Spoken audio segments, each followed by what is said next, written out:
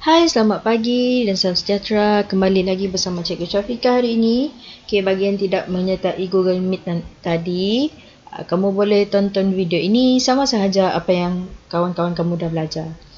Sebelum kita mulakan, mari kita imbas sedikit apa yang sudah kamu pelajari pada minggu lepas dan juga Isnin dan Selasa hari itu. Tajuk kita adalah nisbah trigonometri, iaitu bab 5. Kita lihat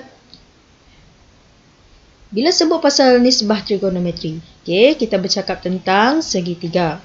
Sekarang segitiga apa? Segitiga bersudut tegak. Nampak sahaja bentuk segi empat pada sudut, salah satu sudut segitiga tu. Ini adalah segitiga bersudut tegak. Sekarang andaikan kita dah tahu bersudut tegak, maka di sini adalah 90 darjah.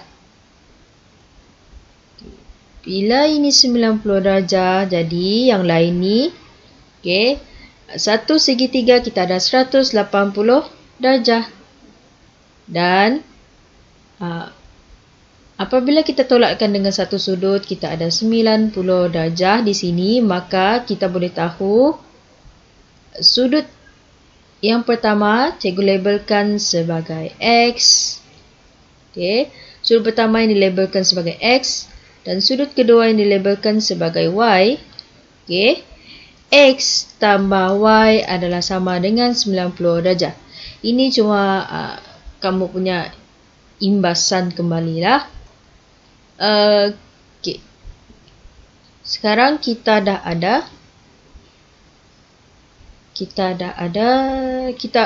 fokuskan kepada sudut X. Bila kita ada satu sudut, kita perlukan sisi,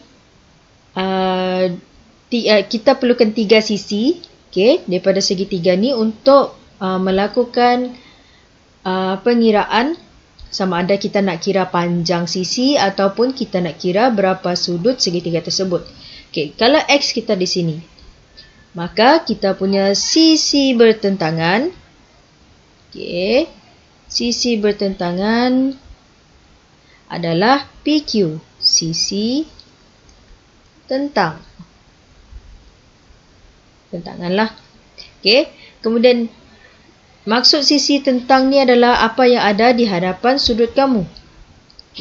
Kemudian kita ada satu lagi sisi yang dikenali sebagai sisi sebelah. Sisi sebelah kita adalah QR sebab dia berada di sebelah sudut X. Kemudian yang panjang ni dikenali sebagai hipotenus. Ini adalah sisi-sisi yang kamu kena ketahui. Kita tukar color sekejap. Kita ambil blue. Ini untuk X. Bagaimana pula kalau sudut kita berada di Y?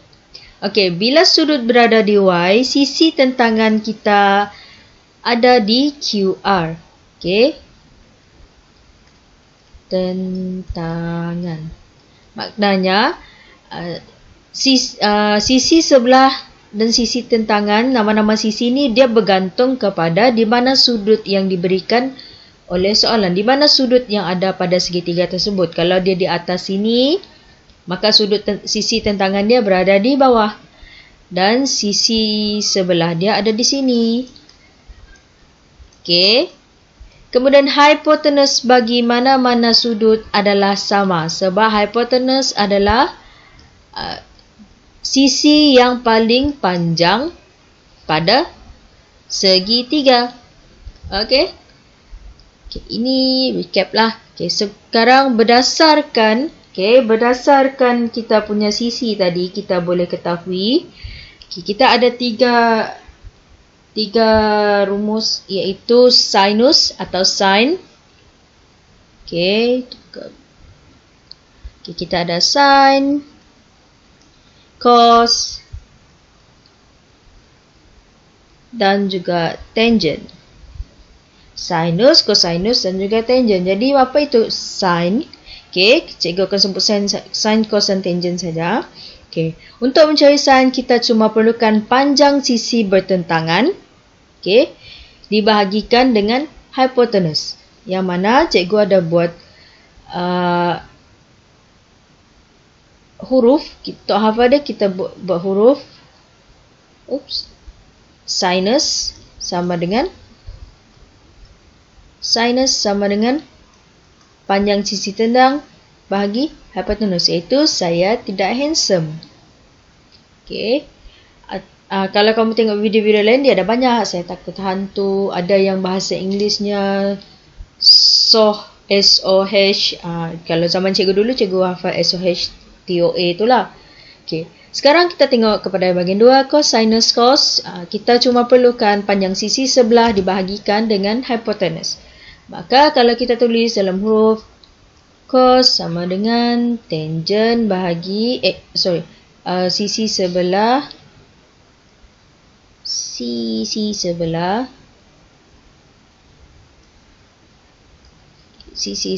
dibagikan dengan hipotenus. Yang mana ini kalau saya handsome. Dan kemudian kita ada tangent. Okey, tangent iaitu panjang sisi bertentangan dibahagikan dengan panjang sisi bersebelahan. T kita tangent adalah tipu-tipu saja. Okey, kita ada sin, saya takut hantu. Kalau saya tak handsome. Kamu sangat handsome, tapi tipu saja. Okey. Ini yang kamu pernah hafal lah. Okey. Yang ni kamu dah belajar hari tu. Kita tahu semakin besar nilai sinus, sebenarnya nilainya adalah menghampiri 1. Okey. Dia sebenarnya dia lebih jelas kalau kamu kira sendiri ataupun kamu lihat kepada kamu punya graf. Okey. Tengok semakin besar nilai dia, semakin menghampiri 1, iaitu 90. Okey. Sebab kalau kamu tekan kalkulator, sin 90 darjah adalah sama dengan 1. Maknanya semakin besar nilai tersebut, dia akan menghampiri 1 ataupun negatif 1. Kemudian semakin kecil nilai cosinus, semakin menghampiri sifar. Okey. Di sini ya, semakin kecil nilai cos dia, semakin menghampiri kosong. Kemudian nilai tangent akan semakin besar bergantung kepada sudut. Sebab kalau dalam gambar, okey, dalam graf, tapi ini kamu akan belajar dalam tingkatan 4 Dalam graf, dia tak akan menyentuh pun 1, 2, 3 tak. Dia akan sentiasa naik sampailah bila-bila pun. Sebab tu tangent 90 darjah adalah bersamaan dengan infinity. Maksud dia tidak ada nombor yang akan menghentikan tangent ni. Jadi kalau nak menipu, jangan guna tangent. Okey. Sebenarnya daripada sin, cos dan tangent, okey, kalau kita tak ingat ni semua ni, kita boleh susun atur. Sebenarnya tangent, okey, untuk mencari tangent kita boleh gunakan sin bahagikan dengan cos. Okey, bagaimana? Sekarang kita ada satu segitiga yang mana PR adalah X, PQ adalah Y dan RQ bersamaan dengan 1. Menggunakan sudut di PQR, okey, kita tahu sin theta, inilah theta, adalah sama dengan, okey, sudut tentangan dia. Sudut tentangan theta kita X bagi 1. Maka kalau kita selesaikan apa-apa bahagi 1, dia akan jadi X saja. Okey, kita terbalikkan, dia akan jadi X sama dengan sin theta. Kemudian untuk cos, kita ada Y bahagi 1. Sebab ini H kita. Y bahagi 1 sama juga Y, apa-apa nombor bahagi 1, dia akan jadi nombor itu kembali. Jadi Y adalah cos theta. Dan tangent theta adalah X bahagi Y. Okey. Kemudian kita tahu nilai X adalah sin theta dan nilai Y adalah cos theta. Jadi kalau kita masukkan nilai X dan Y, kita tahu tangent theta adalah sama dengan sin theta over cos theta. Okey. Jadi itu kalau sudut dia di bawah. kalau sudut dia berada di atas. Okey, kalau sudut berada di QRP, adakah nisbah tangent theta masih sin theta over cos theta? Okey, ini kita tengok sikit. Okey. Sekarang cikgu tulis sin theta. Okey. Kita punya data ada di atas kan? Alamak. Okey, kalau kita lukis, ini adalah data kita. Okey. Jadi data kita di atas, sudut bertentangan adalah Y, sudut ni adalah sebelah. Ni hypotenuse tetap sama. Jadi sin theta adalah saya takut T bertentangan Y over H sama dengan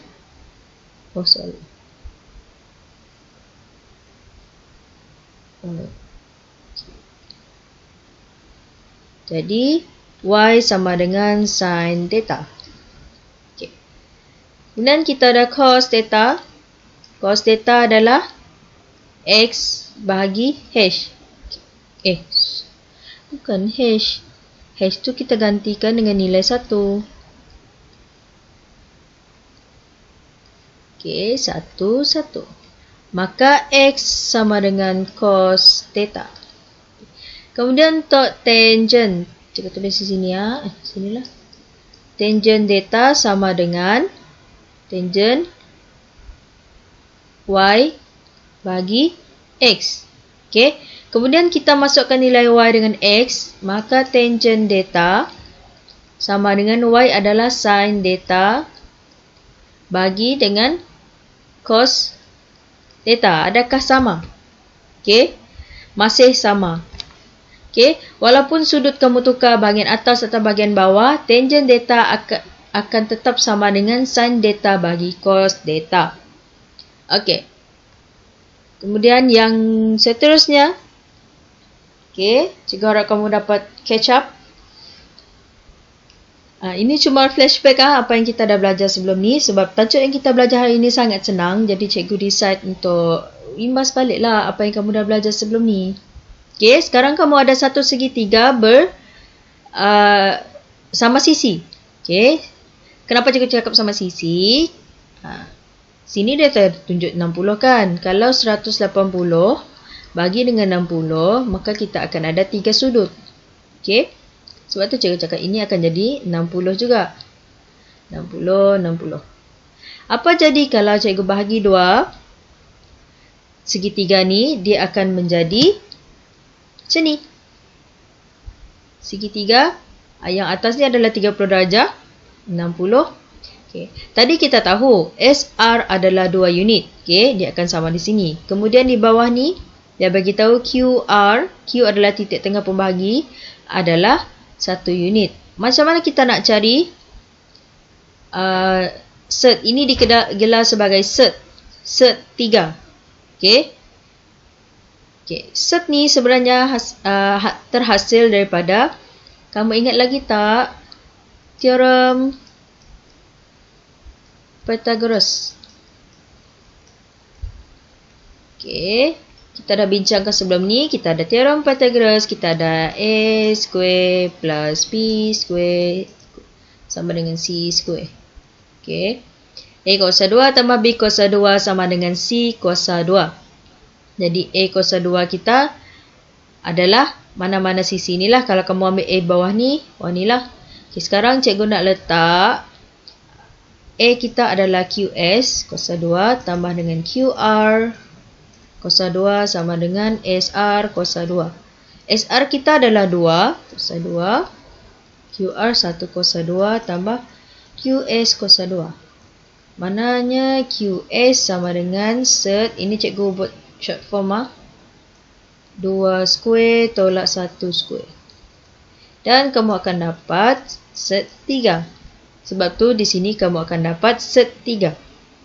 Okey. Kamu boleh screenshot. Alright. Tu kita dah tahu macam mana kita dapatkan set 3. Okey.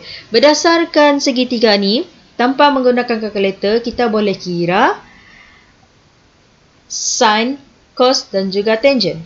Macam mana? Kita tengok di bawah. Okey. Untuk sudut 30 darjah. sin data kita akan jadi, okay, sudut kita di sini, oops. Okay, ini adalah sudut bertentangan sisi. Sin adalah tentang bagi hypotenuse. Maka tentang kita adalah 1, hypotenuse kita adalah 2. Jadi sin data untuk 30 darjah, data kita adalah 30 darjah. Sin data, sin 30 darjah adalah sama dengan 1/2. Okey, sama juga cos dan tangent. Kamu dah boleh kenal pasti di sini. Jadi kita boleh tulis cos 30 darjah bersamaan dengan set 3 bahagi 2. Kemudian untuk tangent data, kita ada 1/set 3. Okey. Kemudian kita ada untuk 60 darjah, sisi tentang kita ada di sini. Sini sisi sebelah, ini hypotenuse. Maka sin 60 darjah sama dengan set 3 bahagi 2. Cos 60 darjah 1/2. Tangent 60 darjah set 3. Okey. Semua nilai ni dah ditetapkan. Dia memang tetap akan jadi macam ni lah. Kamu cuma perlu hafal saja. Okey. Kemudian, itu untuk segitiga yang 30 darjah dan 60 darjah. Sekarang kita boleh dapatkan satu segitiga yang ini adalah segitiga sama kaki. Yang mana, kalau cikgu lukis, dia sebenarnya macam ni. Okay. Sini 45, sini 45.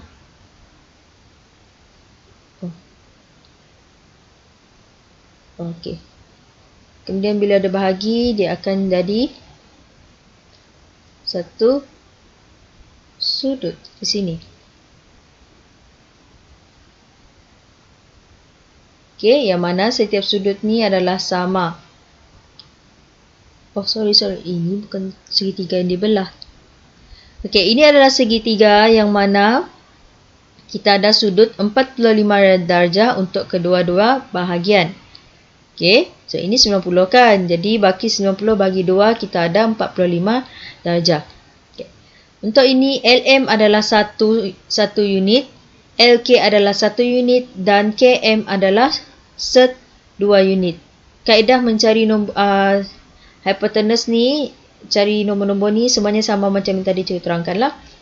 Okey, untuk ini, sin 45 darjah, dia akan sama dengan 1/set 2. Okey. Cos 45 darjah sama dengan 1/set 2 juga. Dan tangent 45 darjah sama dengan 1. Nilai-nilai ini kamu boleh hafal. Okay, kalau kamu tak boleh hafal, kamu mungkin boleh tahulah. Kamu mungkin boleh hafal segitiga yang ini. Kemudian kamu boleh buat sendiri. Cari nisbah untuk 30 darjah, 60 darjah dan 45 darjah. Okay. Jadi, baru kita masuk aktiviti kita hari ini. Okay, ini tak lama pun. Rasanya 5 minit dah settle dah. Okay, untuk objektif pembelajaran hari ini, apa yang kamu akan belajar? Kamu akan lakukan pengiraan yang melibatkan sin, cos dan juga tangent. Okay, menggunakan calculator. Okay, mungkin ada yang dah tahu, mungkin ada yang belum tahu. Jadi bagi yang dah tahu tu tahniah, kamu cuma perlu teruskan mendengar. Dan yang belum tahu pun teruskan mendengar. Okey, sekarang kita ada satu kalkulator. Tak kisahlah, ini untuk Casio ataupun 570 yang model lama. Ada yang model baru. Model baru sekarang yang kelas Swiss punya, warna putih. Dan mungkin ada yang lebih baru. Okey, kita fokuskan kepada yang 570 sahaja dahulu. Okey, apa yang kamu perlu tahu untuk jawab ni? Kamu cuma perlukan butang sin, cos dan tangent yang berada di bawah ni. Okey. Tak kisah model apa-apa. Model apa. Asalkan dia 570. Kamu mesti ada butang ini. Sin, cos, tangent. Dan juga shift. Shift yang ada di sebelah alpha. Di bahagian kiri atas ni. Okey. Kita tengok contoh soalan. Gunakan kalkulator saintifik untuk menentukan nilai-nilai berikut kepada 4 tempat perpuluhan. 4 tempat perpuluhan. Okey. 4 tempat perpuluhan maksudnya daripada titik perpuluhan kamu tu. Okay, contoh kita ada kosong. Okay, kamu ada kosong perpuluhan 1, 1, 2, 3, 4, 5. 4 tempat perpuluhan maksudnya dia cuma nak 4 tempat dari belakang ini sahaja. Okay, bertanya di sini kamu akan bundarkan nombor di belakang ni ke hadapan. Lebih 5 tambah 1 nombor di hadapan kurang 5. Kamu kekalkan nombor. Okey. Okey, sekarang kita tengok contoh A sin 45 darjah 6 minit. Oh, cikgu terlupa nak bagi tahu. 1 darjah bersamaan dengan 60 minit. Okey. 60 minit 60 minit pula.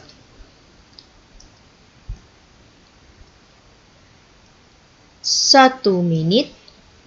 Okey, ini minit dah sama dengan 60 saat. Ini kamu memang perlu tahulah. Okey, jadi untuk ini 45 minit 45 darjah 6 minit. Cara untuk cari nilai dia. Okey, apa yang kamu perlu tekan sin. Okey. Kemudian masukkan nombor 45. Kemudian tekan satu butang yang ada di kalkulator kamu tu. Kalau kamu tengok di sini, ini dia butang dia. Oh, tak nampak. Ini butang dia. Sebelah satu baris dengan sin cos tangent. Okey. Kamu tekan sin 45 dan masukkan nombor 45. Kemudian mana masukku?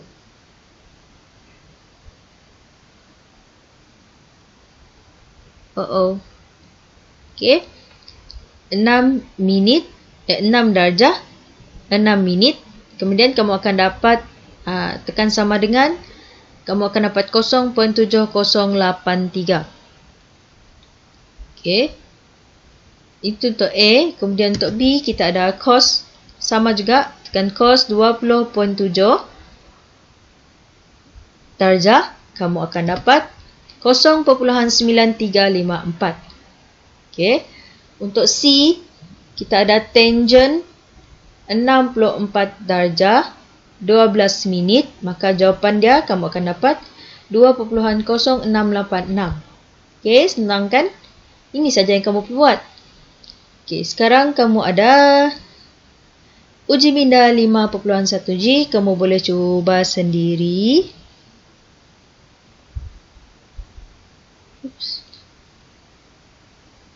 Okey, apa yang dah terjadi?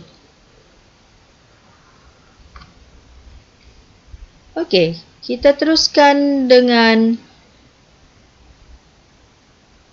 kalau kamu dah ada, okey, kalau tadi kamu tahu nilai data dia. Okey, berapa? Kita nak cari yang belakang. Sekarang ni kita dah ada yang di belakang. Kita dah ada nilai sin cos tangent. Tapi kita perlu cari nilai data. Okey, cara dia sama. Cuma kita tambah tekan butang extra sikit. Okey, untuk A, apa yang kamu perlu tekan? Kamu perlu tekan shift. Okey, bahagian kiri atas. Kemudian sin.